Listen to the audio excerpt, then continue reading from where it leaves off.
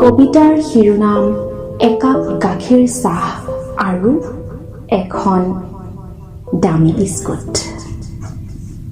ৰাতিপুৱা আৰু সন্ধিয়াৰ আবেগ তুমি হেনো একাপ গাখীৰ চাহ। সঁচাই তুমি একাপ গাখীৰ চাহ গুৱাহাটী। তুমি নহ'লেচোন মূৰৰ বিষৰ যন্ত্ৰণাত চট ফটাওঁ আমিবোৰে। তোমাক মাদক দ্ৰব্যৰ দৰে সেৱন কৰোঁ আমি, আৰু তুমি যোগান ধৰা সেই মাদক দ্ৰব্যই যেন সকলোৰে পিঠিত দিছে দায়িত্বৰ পূজা।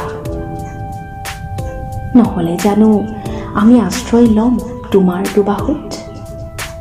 সঁচাই তোমাৰ জেবতেই যে আছে বিশাল জনতাৰ আজৰি পৰৰ বিলাপ ধৰা গাখীৰ চাহকাপ।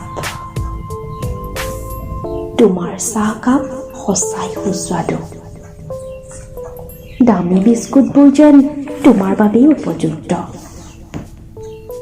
তুমি নহ'লে চলিব ক'ত এই বিস্কুটৰ কাৰখানাবোৰ?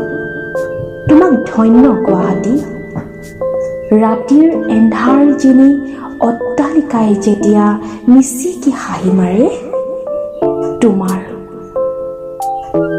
সকলোৰে প্ৰাণত জোনাকীয়ে পাখি মেলে। ৰামধেনুৰ সাতোৰঙে পোহৰ বিলাই আহে আহে পাহে পাহে।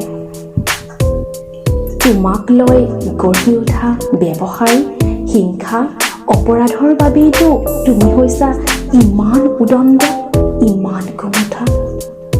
খঙত অগ্নিশৰ্মা হৈয়েইতো বৈ আহিছা সকলোৰে মাজলৈ একাপ দামী গাখীৰ চাহ হয়, যাক কোনেও হৰুৱাব পৰা নাই চক্ৰান্তৰ বিবেক।